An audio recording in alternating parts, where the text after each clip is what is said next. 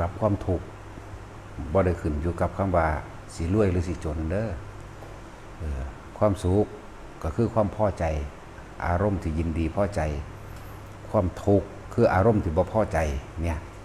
นี่เฮาเว้าโตจิตกันเลยเด้นี่เว้าถึงเรื่องใจเว้าถึงเรื่องจิตพูดถึงสาเหตุทั้งเบิดเลยที่ให้สัตว์ทั้งหลายเวียนว่ายแต่เกิดเลยเด้นี่คือมันออกจากใจใจก็คือความรู้สึกนั่นแหละความรู้สึกที่พอใจนี่เป็นถือว่าเป็นความสุขแล้วก็ดิ้นรนแสวงหาความรู้สึกที่ไม่พอใจก็พยายามผลักไสออกบ่อยากอยู่ใกล้บ่ปรารถนานั่นแหละบ่ได้เกี่ยวกับว่าฐานะสิรวยหรือสิจนเด้คนรวยว่าครบทุกอย่างมีทุกอย่างในสัพพะวัตถุทั้งหลายมันก็ทุกข์คือกันนั่นแหละเพราะว่ามันบ่พอใจนะเวลามันสุขก็เพราะว่ามันพอใจนั่นแหละคนจนก็เหมือนกันเด้บัดนี้บ่แม่นทุกข์เพราะว่าบ่มีวัตถุสิ่งของเลยเพราะว่าบ่พอใจเวลามันทุกข์จริงๆนั่นแหละจังว่าเฮาบอกถึงตัวใจกันเลยฉะนั้นการที่เฮาสิรู้เท่าทัน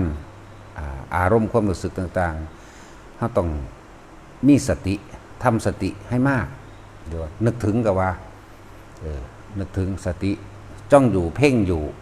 กำกับอยู่รู้สึกอยู่ในจุดเดียวอันเป็นอุเบกขาเฮาจังสิเห็นหยังเห็นความคิดที่มันกำลังปรุงแต่งไปเรื่องนั้นเรื่องนี้เพื่อให้เกิดสุขมั่งทุกข์มั่งพอใจมั่งบ่พอใจมั่งนั่นเองเฮาสิเห็นจึงบอกว่าให้เพิ่นจึงรวบรวมคำว่าสตินี่สำคัญที่สุดบัดนี้เฮาเน้นคำว่าสติมากระลึกรู้หรือรู้สึกตัวอยู่ณจุดใดจุดหนึ่งเอาเป็นจุดเดียวเพ่งอยู่จุดเดียวติดอยู่จุดเดียวยึดอยู่จุดเดียวกำกับอยู่จุดเดียวมีความรู้สึกอยู่จุดเดียวคือตรงกลางระหว่างหน้าผากเฮาเองคือเฮาต้องมาสร้างฐานที่ตั้งแห่งความรู้สึกก็ว่าฐานที่ตั้งแห่งสติก็ว่าเธอทำให้เกิดจิตตั้งมั่นก็ว่าเนี่ยมันจิตตั้งมั่นคำว่าจิตตั้งมั่นต้องมีฐานให้ที่ตั้งให้มั่นเด้จึงว่าเป็นอย่างคือเน้นแท้เน้นคักแท้เน้นอยู่นี่แหละทำความรู้สึกอยู่ที่ในกายของตนโดยเอาไว้ตรงที่กลางหน้าผากอาศัยลมเป็นหนทางอาศัยลมเป็นทางเดินรู้ลมเขาออกปั๊บแต่ผู้ใดฝึกไปแล้วคำว่าทรงชาติเจริญชาติบ่แม่นของหน่อยเด้อคนที่ทรงชาติเจริญชาติใดคนผู้นั้นต้องว่างจิตเป็นอุเบกขากว้างไกลอุเบกขานี่คือกว้างเด้บ่แม่นแคบมองได้ก็ได้ถ้าสุขนี่บ่กว้างบ่ไกลแคบแต่ทุกข์ก็บ่กว้างบ่ไกลแคบแต่คนที่ทรงชาติเจริญชาติมีอาการปิติปราโมทย์อันเกิดขึ้นในความรู้สึกห้องกายออกมาได้คือใจต้องบ่คิดบ่นึกอย่างอื่นเด้มันจังสิรวมลงมาแล้วเป็นเกิดความรู้สึกอยู่หม้องเดียวได้ที่เฮากำหนดไว้ที่เดียวจุดเดียวความรู้สึกเดียวนี่มั้ยและคำว่าทรงชาติเจริญชาติบัดเมื่อทำความรู้สึกที่มันเกิดขึ้นอยู่ระหว่างหน้าผากเฮาเองนิ่มๆน่วงๆเย็นๆลึกๆยังก็ว่าไปต้องบ่คิดบ่นึกถึงบุคคลสัตว์สิ่งของต้องบ่ไปคิดไปนึกเกิดความเกลียดและความชังบ่ได้เด้เลื่อนว่าเมื่อมันวางจิตเป็นอุเบกขาได้แล้วเลื่อนว่าจิตตั้งมั่นก็ว่าสมาธิแปลว่าจิตตั้งมั่นปานนี้เมื่อจิตตั้งมั่นเฮาบ่มีเครื่องยืนยันเอาอีหยังมาเป็นเครื่องยืนยันในความตั้งมั่นของจิตคือเลยเอาความรู้สึกนี่แหละความรู้สึกที่แผ่ออกจากจิตที่สงบแผ่ออกจากความบ่คิดแผ่ออกจากความบ่คิดเมื่อมันบ่คิดอีหยังแล้วมันก็เข้ามาสู่ความรู้สึกเดียวเป็นอุเบกขาเมื่อเป็นอุเบกขาแล้วเฮาจึงเห็นสิ่งทั้งหลายทั้งปวงบัดนี้โดยภายนอกบุคคลสัตว์สิ่งของไปหันมานี่เว้ากันโจ๊กเจ๊กหมูหมากาไก่กัดกันนกบินนกฮ้องเฮาบ่นำเขามาคิดเฮาสิอยู่ในระหว่างกลางทำกลางหรือว่าอุเบกขาถ้าคำว่าปัญญารู้แจ้งจริงๆตามความจริงรู้หยังรู้อนิจจังรู้อนัตตานี่เด้รู้อนิจจังรู้อนัตตานี่เด้นกฮ้องมันก็บ่ฮ้องอยู่หม่องเดียวมันก็บินไปฮ้องหม่องใหม่อนิจจังบ่หรือสิเอิ้นว่าเกิดดับเดี๋ยวมันก็ไปฮ้องหม่องใหม่เดี๋ยวก็ไม่แม่นนกเสียงเดียวบ่แม่นนกตัวเดียวอีก ต่างๆโอ้อันนี้จังอันนี้ก็บ่เที่ยงอันนั้นก็บ่เที่ยงอันนี้ก็บ่เที่ยงไปเรื่อยล่ะนี่คือเอาภายนอกก่อนคนพวกนั้นพวกนี้ย่างไปพุ่นย่างไปพี่เดี๋ยวก็หลับตาเข้าไปแล้วนี่ก็เกิดดับแล้วนี่ก็อันนี้จังอนัตตาแล้วนี่ถ้าเฮาบ่เข้าไปปรุงแต่งน้ำเขาบ่ปุยปรุงแต่งนกอีหยังวะคือห้องมวนแท้นั่นพอใจนั่นพบเกิดนกอีหยังวะคือห้องเป็นตะยานแท้นั่นบ่พอใจนี่ทุกเกิดนั่นแหละบัดนี้เฮาให้มันเห็นอนิจจังและอนัตตาพาบ่คิดแล้วทุกเกิดบ่ได้เด้จึงว่าอนิจจังอยู่หน้าอนัตตาอยู่หลังทุกขังอยู่กลางถ้าเฮารู้เท่าทันความคิดของเฮาแล้วทุกเกิดบ่ได้นี่คือเรื่องภายนอกรถแล่นฟึ้นไปก็บ่แม่นว่ามันสิแดนอยู่จังซั่นเบิดมือดอกอยู่กับเฮานั่นน่ะมันก็แค่ว่าผ่านแวบไปในหูในตาเฮาเองนั่นก็เกิดดับเดี๋ยวก็ขั้นสีเขียวสีเหลืองสีแดงผ่านไปผ่านมามันไปแต่เฮาท่านนี่คืออนิจจังอนัตตาเกิดดับมันก็มีแค่นี้น้อยนี่แหละเฮาต้องหาจุดที่อยู่ในความรู้สึกเฮาให้ได้ก่อนจังว่าเน้น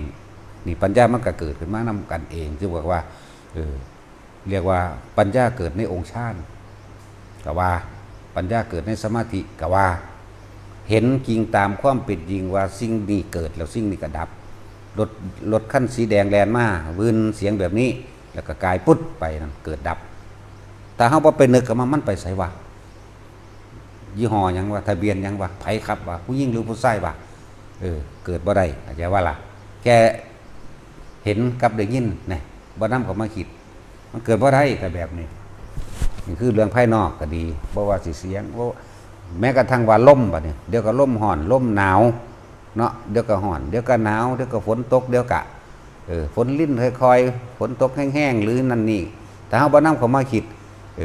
มันก็พบเกิดบ่ได้เพราะว่าเฮาบ่อยากให้มันเป็นไปได้ดังใจที่เฮาอยากให้มันเป็นถ้าเฮาเห็นลึกเข้าไปคืออนิจจังอนัตตานี่เอง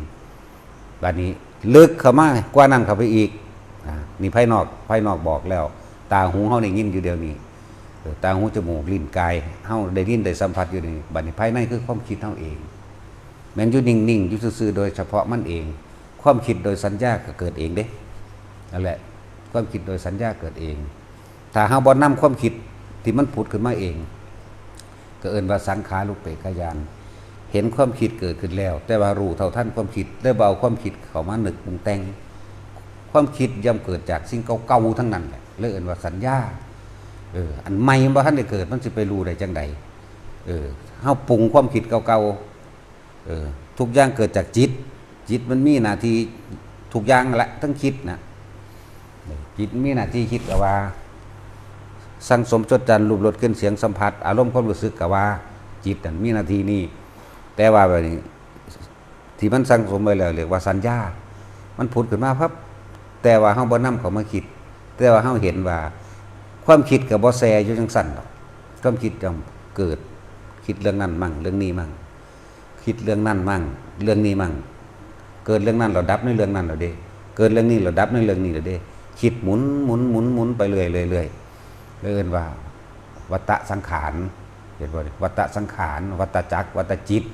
ความหมุนวนของจิตมันเป็นปกติของมันแต่เฮาเข้าไปเห็นความเป็นอนิจจังเป็นอนัตตาของความคิดเฮาเองนั่นแหละเฮาบ่นำเข้ามาคิดแต่เฮาทำความรู้สึกอยู่รู้สึกเดียวตรงกลางระหว่างหน้าผากเฮาเองตรงกลางหน้าผากอยู่แค่นี้มันบ่มีรสชาติเด้ถ้ามันอยู่ตรงกลางตรงนี้ได้เข้าใจว่าล่ะมันบ่มั่นเด้มันบ่หวือหวามันบ่โศกมันบ่เศร้าแล้วมันก็บ่ทุกข์แล้วก็มันบ่สุขพร้อมเด้มันอยู่กลางๆเดี๋ยวคนทรงฌานเป็นคนที่มีจิตใจกว้างเมตตากรุณามุทิตาอุเบกขารวมลงตรงคำว่าอุเบกขาแล้วก็เห็นสรรพสิ่งทั้งหลายทั้งปวงมีความเกิดมีความดับเป็นธรรมดาเบิดบ่ว่าข้างนอกและว่าข้างในนั่นแหละจังว่าเน้นให้ผู้คนจังซี่ ถ้าผู้ใดอยู่จังซี่ได้เท่าตายมันบ่มาเกิดดอกถึงมันว่าเกิดเพราะว่ามันพอใจเข้าใจบ่ล่ะมันพอใจมันเลยเติมตามหาอารมณ์นั้นแต่มีคนขัดคนขวางมันก็บ่พอใจนี่ฉะนั้นความพอใจและความบ่พอใจนี่แหละคือใจความรู้สึกพอใจและบ่พอใจอันนี้แหละใจเด้อเน้นลงคักเราเด้นี่ให้ทุกคนมั่นใจในตนเองนะแต่ที่พวกเจ้าแปลคำว่าใจว่าจังใดอันนั้นนี่หลายโพดเลยบอกความรู้สึกนี่แหละพอใจกับบ่พอใจนี่แหละใจ วิญญาณกันความรู้สึกนี่แหละมันมาร่วมแล้ววิญญาณใจก็ว่าอะไรจังว่าถ้าเฮาเฮ็ดให้มันเป็นกลางๆได้นะเฮาก็สิเห็นเองดอกบ่ว่านอกบ่ว่าในนอกคือตาหูจมูกลิ้นกายสัมผัสอยู่เดี๋ยวนี้เห็นอยู่เดี๋ยวนี้ในคือเกิดจากที่มันผุดขึ้นมาคิดเอาเอง แต่ว่าเฮาบ่ไหลไปน้ำมันแต่เอาความรู้สึกเป็นเครื่องประกันตัวเองไว้รับประกันตัวเองไว้ความรู้สึกอยู่ทางหน้าผากถึงแม้นว่ามันจะเคลื่อนไปบนหัวก็เอาความรู้สึกนั้นรับประกันเหมือนเดิมถึงแม้นว่ามันจะเชื่อมลงมาระหว่างท่ามกลางอกก็เอาความรู้สึกนั้นรับประกันตัวเองไว้เข้าใจว่าล่ะนั่นแหละเอาพอ